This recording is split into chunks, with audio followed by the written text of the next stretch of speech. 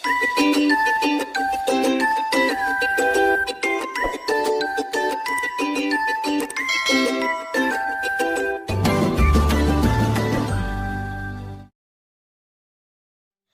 anak-anak semua, apa kabar kalian hari ini? Semoga selalu sehat dan tetap semangat belajar. Pada video pembelajaran kali ini, Ibu Guru akan membahas mengenai tema 8 daerah tempat tinggalku, subtema 1 lingkungan tempat tinggalku, pembelajaran yang ketiga. Adapun tujuan pembelajaran kali ini yaitu pada muatan PPKN KD 3.3 dan 4.3, siswa dapat menjelaskan karakteristik individu dalam keluarga sesuai dengan gambar. Yang kedua, muatan bahasa Indonesia KD 3.9 dan 4.9 dengan kegiatan membaca teks cerita fiksi, siswa dapat menjelaskan pengertian dan peranan tokoh dengan jelas serta menjelaskan nilai pesan moral dalam cerita fiksi.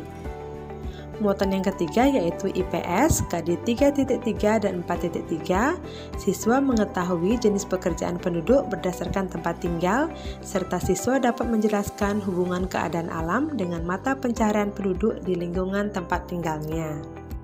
Nah, Nana ini adalah Dayu. Dia berasal dari Bali dan tinggal di daerah Tabanan. Bali sangat terkenal hingga di luar negeri sebagai ikon pariwisata Indonesia. Bali memiliki potensi pariwisata seperti wisata alam, wisata seni, dan budaya. Provinsi Bali terbagi atas 8 kabupaten dan 1 daerah kota. Tabanan merupakan salah satu kabupaten di Provinsi Bali. Wilayah Kabupaten Tabanan didominasi oleh pegunungan dan pantai. Selain itu, Tabanan terkenal dengan penghasil beras dan sayuran. Mayoritas penduduknya bermata pencaharian sebagai petani. Namun penduduk yang tinggal di pantai bermata pencaharian sebagai nelayan. Keadaan alam suatu tempat mempengaruhi mata pencaharian penduduknya. Nah, sekarang mari kita cari tahu lebih lanjut mengenai jenis-jenis pekerjaan sesuai dengan lingkungannya. Lingkungan mempengaruhi mata pencaharian penduduk di suatu daerah. Mata pencaharian penduduk di suatu daerah berbeda dengan daerah lainnya. Mata pencaharian penduduk di daerah pesisir pantai berbeda dengan penduduk di daerah dataran rendah maupun di dataran tinggi. Nah, sekarang simak penjelasan berikut ini.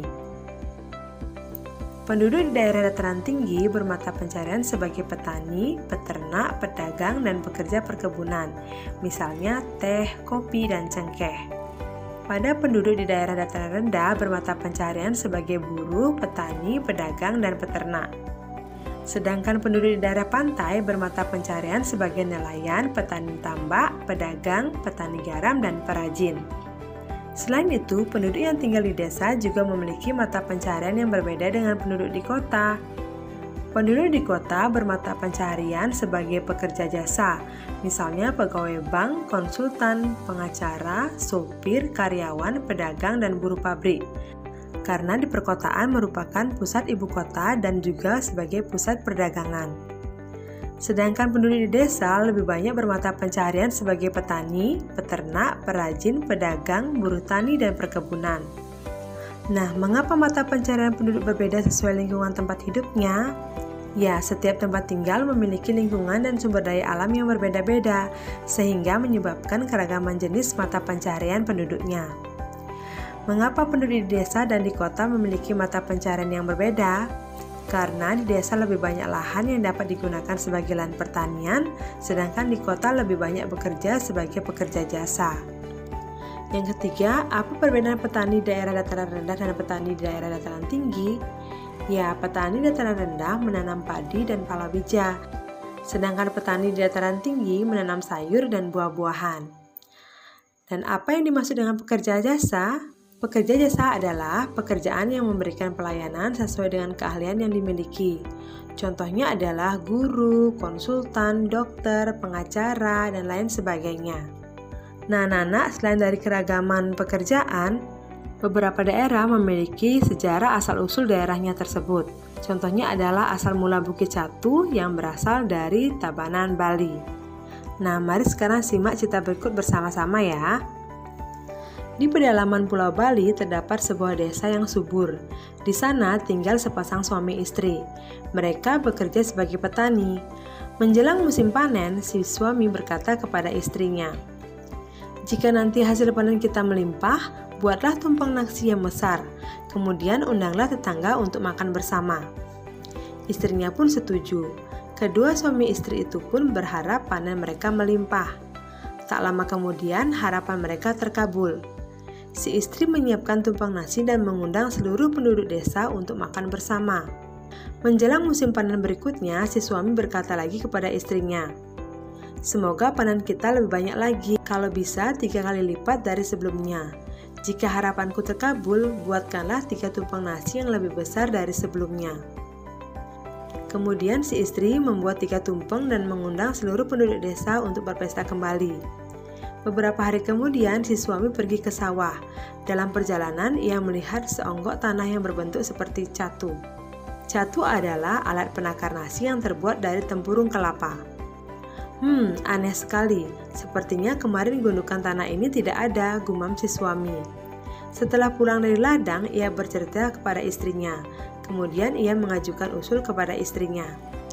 "Istriku, bagaimana kalau kita membuat beberapa catu nasi? Siapa tahu kalau kita membuatnya, hasil panen kita akan semakin melimpah." Sejak saat itu, si istri rajin membuat catu nasi. Setiap catu nasi yang dibuatnya, ia niatkan untuk menambah hasil panennya. Namun ada keanehan yang terjadi.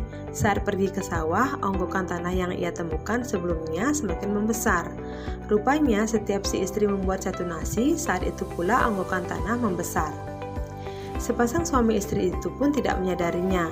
Bahkan si istri membuat catu nasi yang lebih besar setiap harinya. Lama-kelamaan, onggokan tanah itu berubah menjadi sebuah bukit.